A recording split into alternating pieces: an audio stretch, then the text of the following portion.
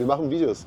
Ich habe bei dir schon mal gefilmt, ganz am Anfang. Mein erstes Video habe ich bei dir mal gemacht. Lange, diese Jahre nicht mehr. Na, würden wir gerne nochmal neu machen. Ist das okay für dich? Ja. Ja? Er hat auch chinesisches Restaurant. Ja. Ja, mit seiner Frau. Er ist kein Chinese, sieht man. Aber Bisschen. Bio. Hier Chen Weida. In Kronstraße. Mitte. Wir haben das immer, da kommen Leute aus der Nachbarstraße. Ey, seid ihr neu hier? Ja. Ist auch immer voll, guter Land. Seine Frau ist Chinesin.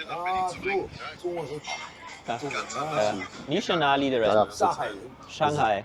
Ah, sehr gute. Ja. Ja, hast du Lust? Ja. Super, danke, freue ich mich. cool. Hast du noch die zweite Speisekarte? Damals hattest du andere Speisekarte für Chinesen. Ja, hast du doch immer dahinter. Ja. Das macht's ja einfach. Kann ich ja noch lernen. Schweineohren ist nicht schlecht, ist wirklich ein bisschen knorpelig, aber gerne. Das ist geil, absolut favorite, aber das kennt jeder, schmeckt hier wirklich sehr, sehr gut. Ja. Scharfer Rindermagen, das ist geil. Bairo. Das ist meins. Schweinefüße, das will ich heute nehmen. Schweinefüße. Das ist geil. Swanla Nyodu. 酸辣牛肚、 红 Äh, 烧肉、 hier, Xiangla Tihua. 鸡花、Hayo, was hatten wir noch? Ach hier, das Lamm. Lamm. Der Lammfleisch mit Kreuzkümmel. Ja, Lamm für Ja.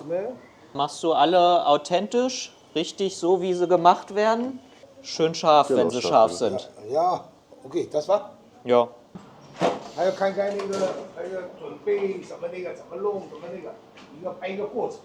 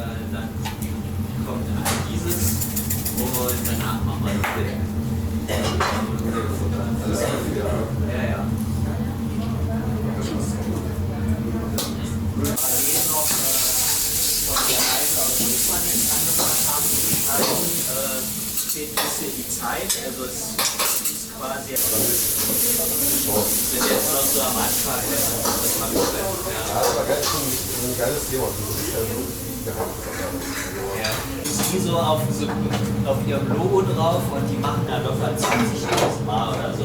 Aber so Auf der Börnerei oder so.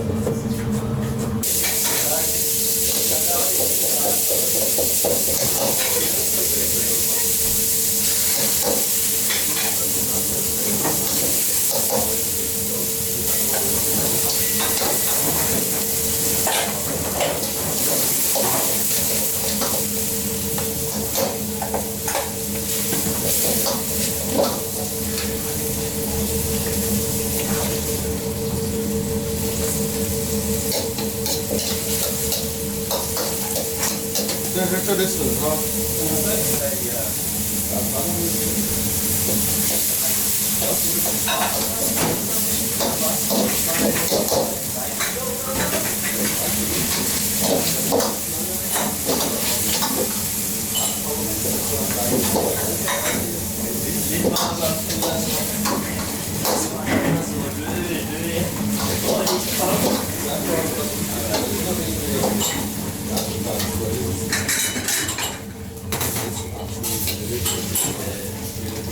Den du da hast, der hat hier. Aber ich gucke das mal gerne, wer bei uns war. Nicht so für uns. 我在路上， Duschstein. 对，马路的路，路上面的上。您是哪儿的人？ Chinesische Küche 祖籍山东，现在是东北沈阳。哦，但是就是你是东北沈阳出生长大的，相当于是。OK。爷爷这种是小馆啊，老板的定义是湘菜馆，湘菜馆。OK。但是现在呢，属于叫融合菜。融合菜。那你刚才炒的这个猪蹄儿，我看很像北方菜，属于北方菜。以前留下来的北方菜，麻辣皮花，反正也是北方菜，融合了，哪儿的菜都有。去定位。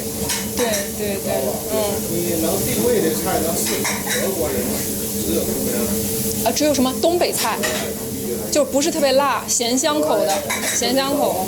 德国人爱吃。明白。但不是说是川菜最火吗？你川菜你到这边你改良了，你要真正这种川菜你拿到这里德国人能吃，不可能吃的。麻辣，你湖南菜都不太辣。明白。对吧？云南菜它也不辣，上面是粤菜，是吧？对。粤菜我们要生嘛，生嘛一点肯定有。但是你这个饭馆应该也是主要以辣为主，是吧？不一定。OK。这都是老板的多年的经验积累出来的，这个菜怎么去改良？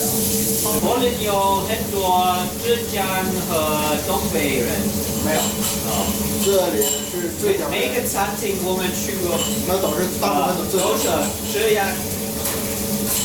浙江还是东北贵州、上海、东北、湖南的、四川的很少。很少。这个老板是哪儿的？上海做的蛮好。明白明白。20多年了。他也是厨师。厨师出身的。也是搞餐饮。是专门从中国过来做厨师的是吧？对。我是第二次来。第二次来，那您第一次是做啥？是来有9年以前了。 9年以前就是说也是一个长期的在这边工作的一个4年老挝，4年以后那咋办呢？回国。但是如果他想继续用你的话，就再给你4年，不可以啊？你回国以后过2年再回来。但是对于一个餐馆来说，厨师是最重要的。厨师换了的话，那这个餐厅每个师傅能过来都有自己的手艺。但是这里是有居住地区，它是有限的。你的调料肯定没有中国全，这是第一。你的中国的东西拿到这里，你还得去改良。Also, wo sind wir eigentlich? Also wir sind hier in der Seestraße im Herzen von Wedding. Ja? Im Herzen von Wedding. Hier ist Herzen von Wedding. So die Kreuzung, da geht's nach Reinigendorf, da geht's nach Mitte. Da lang. Nee, da geht's nach... Ich bin ja kein echter Berliner. So, Nee, Ah, nee, ich bin so Thüringer. Achso, dann geht's nach Thüringen geht's Nach Thüringen, Norden. in die Richtung Genau, ja. oder da runter. Ja. Nee, aber hier genau, hier ist also Wedding und den Laden gibt es schon seit 2006 und aus meiner Perspektive einer der ersten authentischen chinesischen Restaurants. Ja. Zumindest Reinigendorf, Wedding, so Nord-Berlin-Ecke. Ja? Ja. Kantstraße oder in Charlottenburg oder Wilmersdorf gab es sowas auch schon lange, aber den habe ich länger auf dem Schirm hier. Und ja, genau, alles Weitere, glaube ich, solltest du eben auch mal schön beurteilen. Du weißt ja, worum es geht. Ich habe schon wieder vergessen, was wir bestellt haben.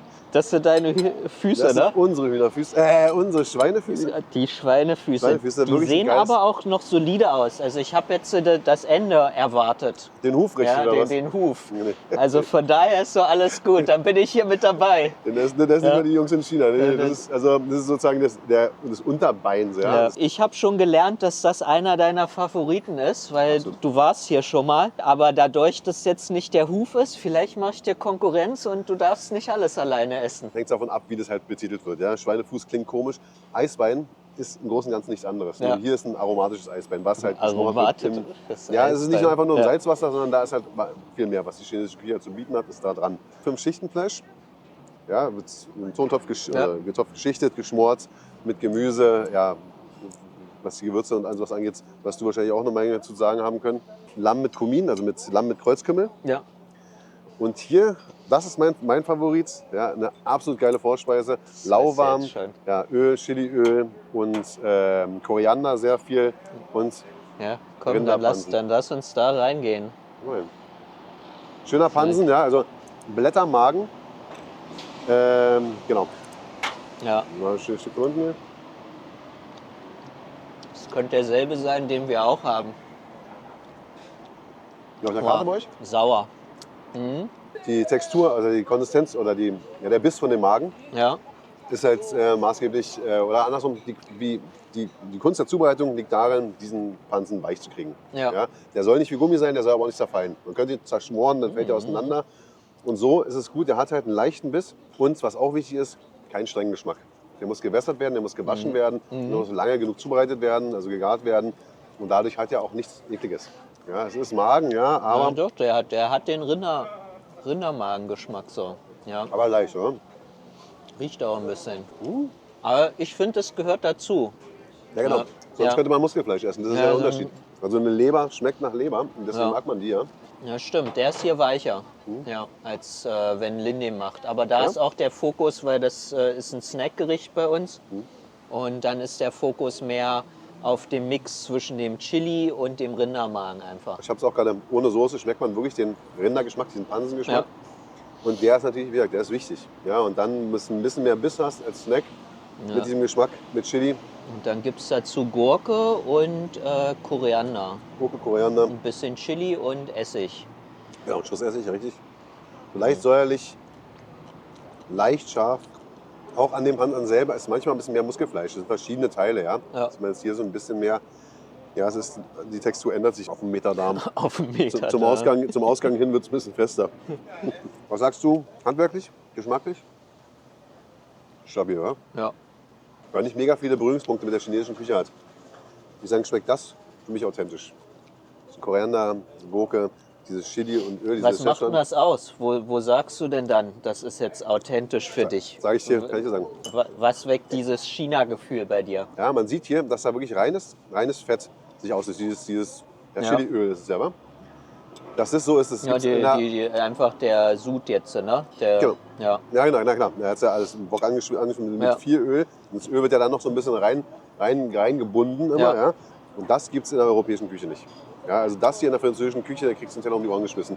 Und das ist, Ja. Ja, echt, wenn du so einen Tropfen da noch drauf hast, Ja. das muss trocken sein. also auf jeden Fall darf das Öl sich nicht in Augen, nicht mal auf einer Suppe. Ja. Fettaugen auf einer Suppe ist für einen Deutschen Ja. teilweise ein großes Problem. Ja. Und das macht es, Punkt 1, was das für mich also zur Okay. authentischen chinesischen Küche Ja. macht. Weil der macht jetzt sich keine Platte, ob der Deutsche das so mag, sondern der sagt, so macht man das Ja. und so geht's raus. Und ja, scheint zu funktionieren. Wir haben auch gelernt, er ist mutiger geworden. Ne? Also früher hast du ja erzählt, hat er 2 Karten und jetzt hat er die kombiniert. Genau so ist Und hat auch Chinesisch, dann die Lautschrift, so ihr könntet auch so tun, als ob ihr jetzt Genau. Chinesisch könnt. Ja? Und dann ist Deutsche drunter. Wie beim Italiener, Ja. wenn man dann die Pizza Fungi bestellt, wa? So ungefähr hat das hier auch. Das kannst du bei Ja. der Lautschrift kann man jetzt hier mitspielen. Ja, ja aber so ist es, glaube ich. Er ist wirklich mutiger geworden, weil ja, die Nachfrage, es funktioniert einfach. Ja, die Leute haben Bock auf authentische Küche, das macht mich, finde ich gut. Aber ich finde, das ist so ein bisschen wie so ein erweiterter Gurkensalat. Also Kann man sagen, ja. ja, Es ist tatsächlich, ja, sehr gurkenlastig. bin ich heute auch ganz froh, dass wir keinen Gurkensalat bestellt haben. Das wäre bei mir so mit der chinesischen Küche so ein Reizthema. Weil ich muss gestehen, in meinen 6 Jahren China habe ich vielleicht 2-3 Mal Gurkensalat Ja. gegessen. Also so irrelevant ist der, weil es gibt erstmal so viele andere geile Sachen zu essen. Wenn ich mich nicht irre, aus der thailändischen Küche gibt es den Ja, und ursprünglich, glaube ich, aus der koreanischen Küche. Ja. Und dann ist, glaube ich, dieses ganz weit rausgezoomt, ja, aus Deutschland sagt man, die da drüben, die haben doch so einen tollen Gurkensalat. Ja. Und ob der jetzt aus China oder Korea kommt, interessiert hier in Berlin dann vielleicht nicht jeden. Weißt du? Und darum ist der wahrscheinlich da irgendwie so in die chinesische Speisekarte gerutscht. ja jetzt zum Beispiel im Norden gibt es ganz viel Gurke. Ja, und dann aber immer zusammen mit einer speziellen Soße. Und dann ist es aber nicht gemixt und nicht mit Chiliöl und so. Also es gibt ganz viele verschiedene Gurkengerichte. So, aber dieser gemixte Gurkensalat, würde ich sagen, ist nie das Highlight in irgendeinem Laden oder so. Ja. Interessant, wie es sich entwickelt, wa? Also ich muss immer schmunzeln, wenn ich manchmal so Kommentare lese, wenn wir ins Restaurant gehen, ne? Und dann steht, der Gurkensalat ist hier der beste. Und dann ist so, sollen wir da jetzt hingehen? Aber das ist immer die andere Perspektive. Und bei mir ist ganz oft durch die lange Zeit mit China, also er hat ja hier 2006 den Laden aufgemacht. So meine China-Zeit hat quasi 2005 angefangen. Ja, selbst wenn ich dann nicht in China war, habe ich teilweise für ein chinesisches Unternehmen auch gearbeitet. Oder halt immer Projekte so weiterverfolgt rund um China. Für mich ist es halt echt schwer, so die China-Brille abzusetzen, ne? Und das einfach nochmal so deutsch so wahrzunehmen. Ne? Ich glaube, da müssen mir noch ganz viele Leute auf diesem Weg dann irgendwann mal helfen. Weil manchmal, ich bin dann immer so richtig brutal So, einfach. beruhige dich, Bernhard, komm runter, Ja. es ist nur Essen. Weißt du? So, dann gerade auf Instagram oder so wird er manchmal gefeuert und ich habe jetzt, glaube ich, schon mindestens an 5 oder 6 so größere Influencer einfach Einladung ausgesprochen. Komm, ich nehme dich mit nach China, lern mal bitte, was ist chinesische Küche und dann kannst du erzählen. Ja? Also ich glaube, bei jeder Nationalität geht es darum, wenn du irgendwo jetzt hier in Berlin polnische Küche isst, dann sagt der Pole sitzt da und sagt so, ganz ehrlich, also meine Oma hat es immer komplett anders gemacht. Ja, Ja. Das ist das, was dran. Aber gerade in einem Land wie China, wo das Essen so komplex ist, Ja. und der regionale Unterschied so groß, da finde ich, hat man auch das Recht zu, wenn man sich da auskennt, zu sagen, Leute, das ist jetzt hier nicht authentisch. Ja, das ist nicht nur nicht authentisch, sondern das gibt es da gar nicht. Ja, das habt ihr doch hier euch einfallen lassen, um die Langnasen zu verarschen. So, weißt du? Also verstehe ich, kann man, wenn man schon über Essen reden will, dann soll man auch dann sagen, was man dazu zu sagen hat. Finde ich okay. Also sieht auf den ersten Blick auch schon mal geil aus, finde ich. Schön sortiert im Gericht, weißt du? Am Wochenende hat Lynn bei uns auf dem Balkon Chengdu Grill gemacht. Echt? Und Chengdu Grill ist richtig Kreuzkümmel-lastig. Aber ist es der Kreuzkümmel? Und jetzt geht's weiter. Ja. Aber ja. ich kenne Kreuzkümmel, ist steht für mich wirklich für arabische Küche. Aber du hast ja erwähnt, dass es 2 verschiedene Kreuzkümmel-Aromen gibt sozusagen. Ja. Ist es der richtige, der hierhin gehört? Ja. Oh, zieht gleich Geil. durch. Der Kreuzkümmel? Oder eine Lammallergie? Oder eine Chili ist hochgezogen. Das ist noch so auf der milden Seite wieder, ne? Absolut. Also null scharf. Das ist nicht Ja. scharf. Das täuscht mich. Ja, hat ja immer ein bisschen Farbe, ne? Also man muss da auch beim Chinesischen gar nicht so Angst haben. So Rot, Chili, manchmal ist es auch einfach nur die Optik Chilis. Ja, stimmt. Das sieht manchmal schärfer, aber andersrum aber auch. Total harmlos aus und dann brennt dir der Helm nachher. Ja. Ich habe so gestern Hotpot-Soße gekocht. Meinte Lynn so, mach mal noch ein bisschen, ne? Und ich habe den einfach aufgekocht, den Rest einfach noch mal so einmal durchgekocht und dann noch ein bisschen für die Farbe, für die Optik noch Chilis rein. Und dann fand ich, sieht viel besser aus als jetzt beim ersten Kochen. Das Auge ist mit, sagt man ja so. Muss ja irgendwie. Aber was auch geil ist hier bei dem Gericht, muss ich jetzt sagen, wo wir davon sprechen. Also so die Art, wie es zubereitet wird. Es ist sehr schonend, sage ich mal. Ja? Also wie es der Zahn der Zeit erfordert. So. Guck mal, die Zwiebeln sind wirklich Biss, die sind eigentlich so gut wie roh. Ja. Nur kurz die Pfanne berührt. Und so eine rohe Zwiebel schmeckt auch wirklich, also passt richtig gut dazu. Du hast ein ganz starkes Zwiebelaroma mit dem Fleisch, mit den Bohnen, knackig. So eine Kombo hier. Ja, ja. Und Karotte, sagst du, gehört ja eigentlich nicht ins Gericht, wa? Oder grundsätzlich nicht so wirklich in die chinesische Küche, oder? Schon in die chinesische Küche. Und aber dann auch ausgewählt für bestimmte Gerichte. Ja. Okay. Das ist auch nicht so auf der starken Seite. Ne? Also du hast so ein bisschen das Salzige, so eine minimale Schärfe. Dann das Dominanteste ist eigentlich der Kreuzkümmel. Ja. Und dann hast du immer die Frische von den einzelnen Gemüse. Ja, genau so. Dieses leichte Frische, also diese rohen Zwiebeln, ja. Voll geil. Also die geben richtige Frische dazu. Aber das Geile ist, mehr steht ja auch nicht in der Karte. Ja. Das ist ja Lamm mit Kreuzkümmel. Ja. Also gefällt mir persönlich sehr gut. Wir haben hier einen Zuschauer gekriegt. Er hat auch Bock. Ja. Okay, also jetzt Mauschichten, ne? Genau, Maus. Ja, stimmt, Maus, wa? Ja, 5 Mausfleisch, Schichten 5 Schichten. Das Witzige war, ich saß ja da hinten, ne?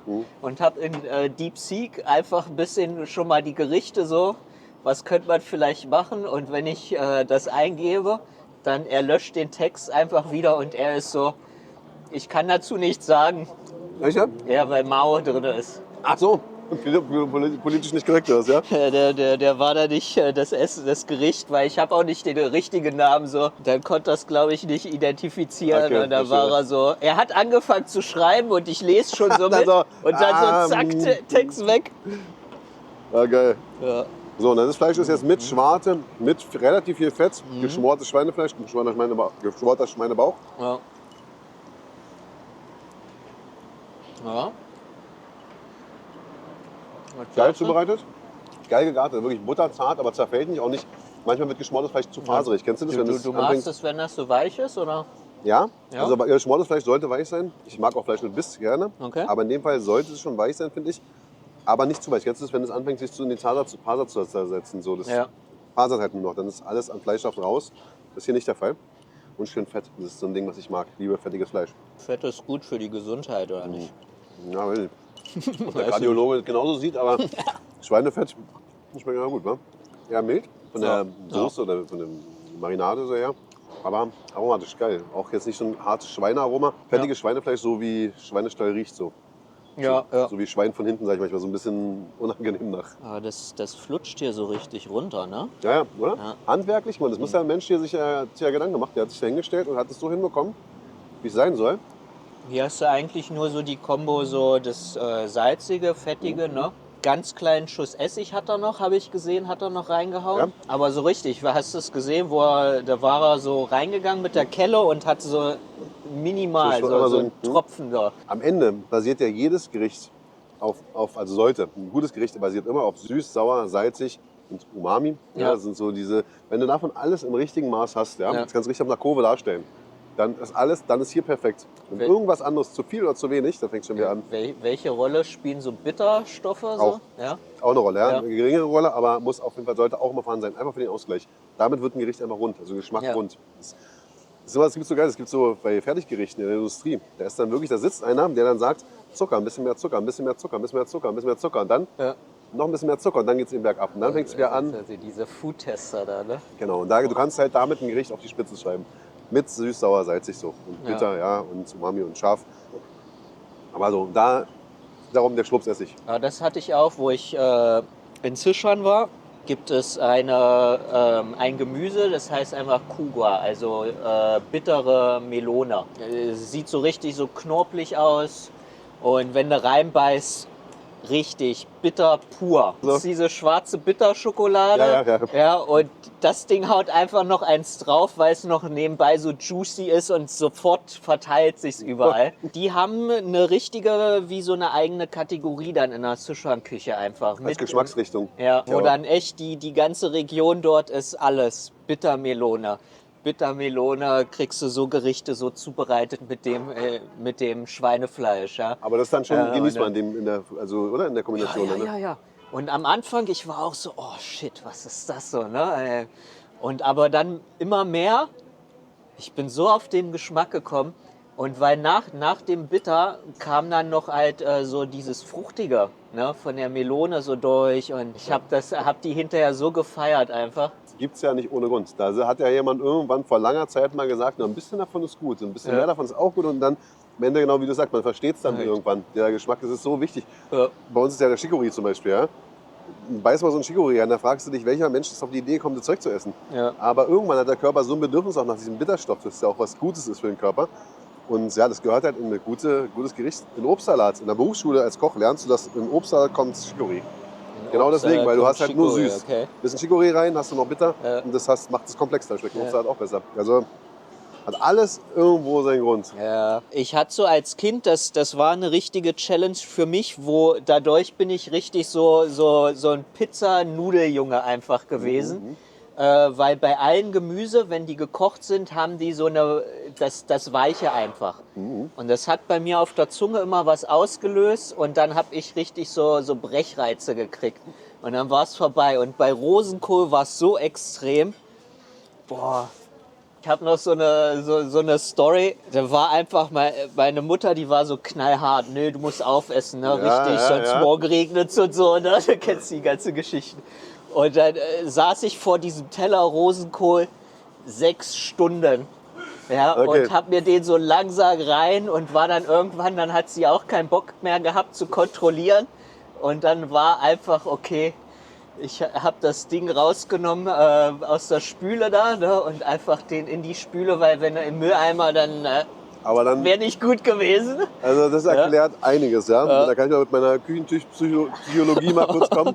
wenn man ein Kind zweimal zwingt, was zu essen, ist es höchstwahrscheinlich, wird es danach nie wieder essen. Also das waren alle Eltern, ja, das ist wirklich der größte Fehler, den man machen kann, ein Kind zu etwas zwingen. 3 Alternativen hinlegen, also Rosenkohl, Blumenkohl und Karotten meinetwegen. Für eine Sache hätte sich entschieden, für eine gesunde. Der Blumenkohl ist es jetzt wahrscheinlich nie wieder. Rosenkohl hat für Gemüse einfach wirklich einen strengen Geschmack.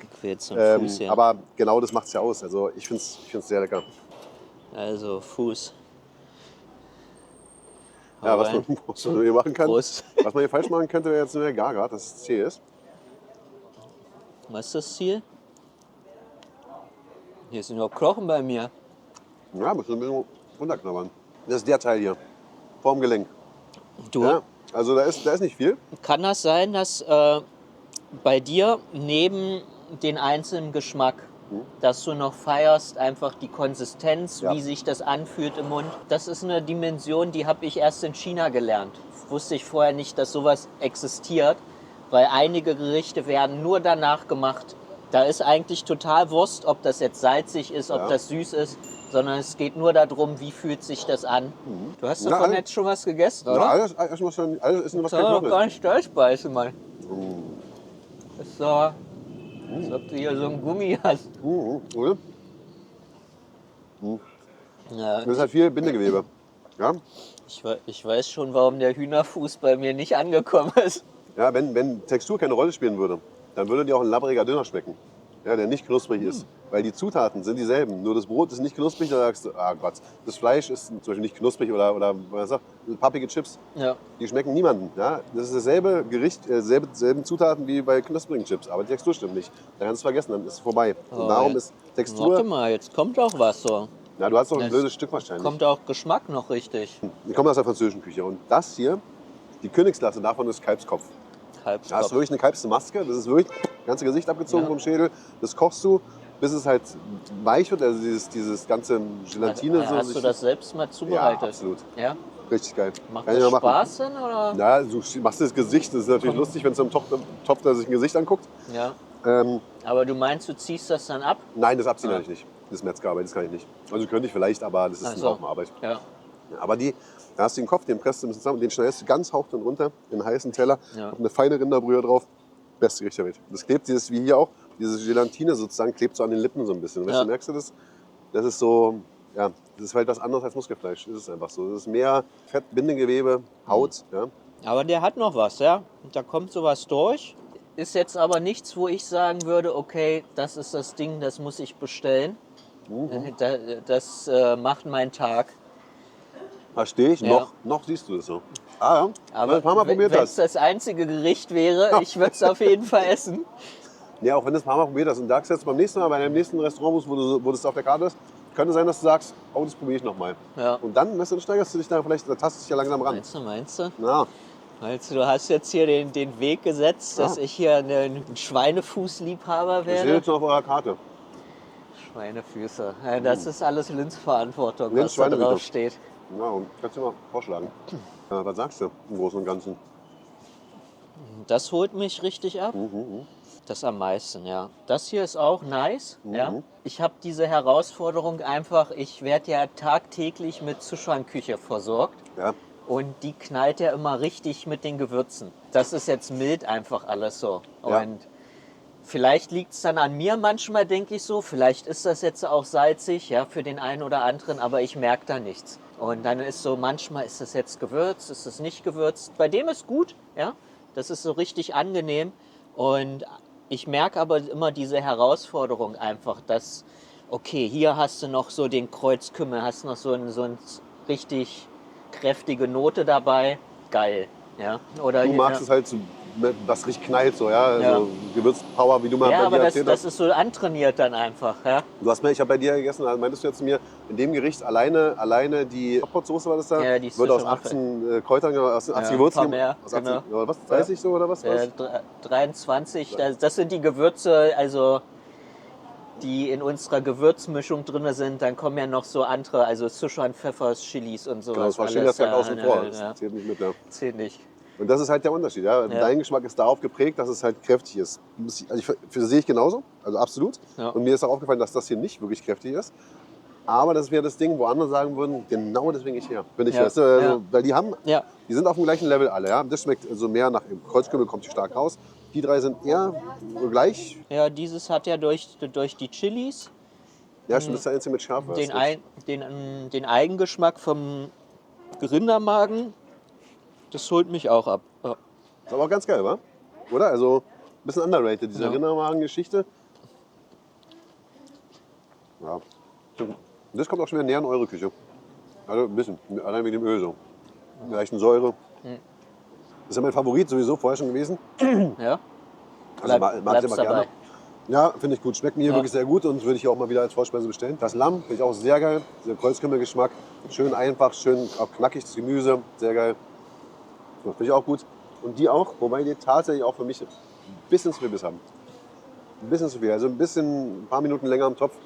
Mehr für meinen Geschmack Ja. angenehmer. Ja. So ein Texturverständnis.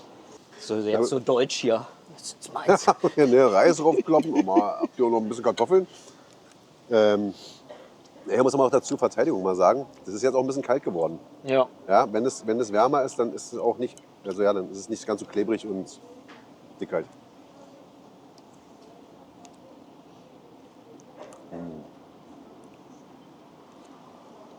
Ja, das ist, auch wenn man beim Eisbein die Schwarte mag. Ja, Ja, genau, ich richtig. guck dir noch ein bisschen zu, wie du das feierst, ja. Paprika hast du ja erzählt. Ja. Das hat ja auch hier eigentlich spielt es nicht so eine große Rolle, wa? In der chinesischen Küche. Ja, weil dann werden oft die Chilis halt genutzt. Okay. Ja. Und als rote Farbe, meinst du, als Farbakzent. Ja, oder auch als. Ach so, so für die Präsentation, ne? Meinst du?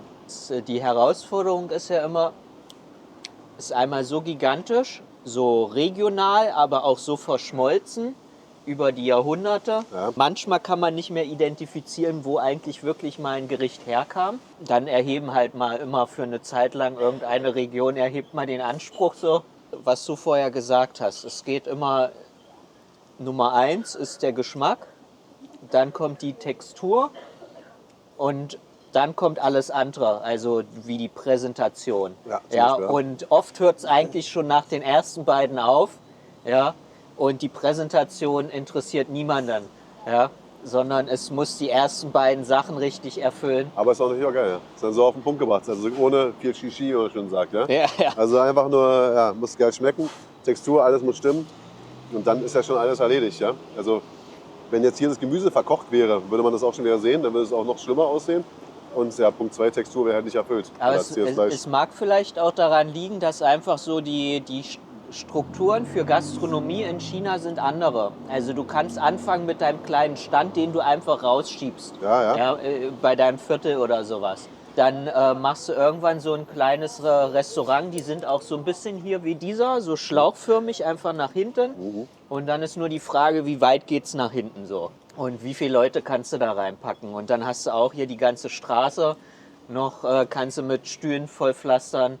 Jetzt mittlerweile so in manchen Ecken, so in Chengdu wird zum Beispiel auch, da kommt dann Ordnungsamt.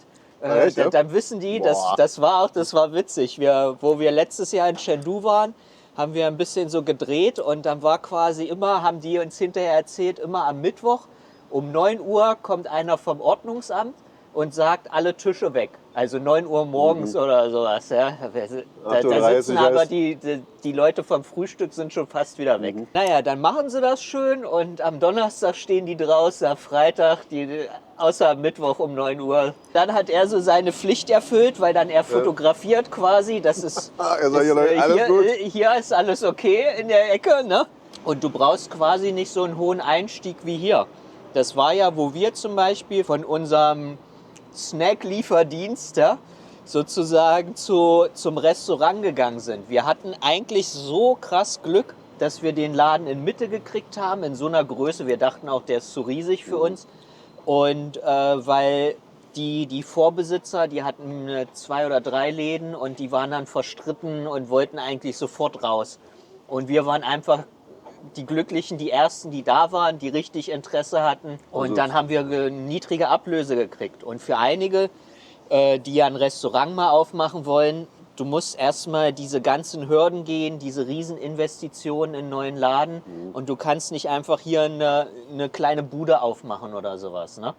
Und Wegen der Ablöse alleine dann schon, hier also, die Straße besiedeln und Genau. ja.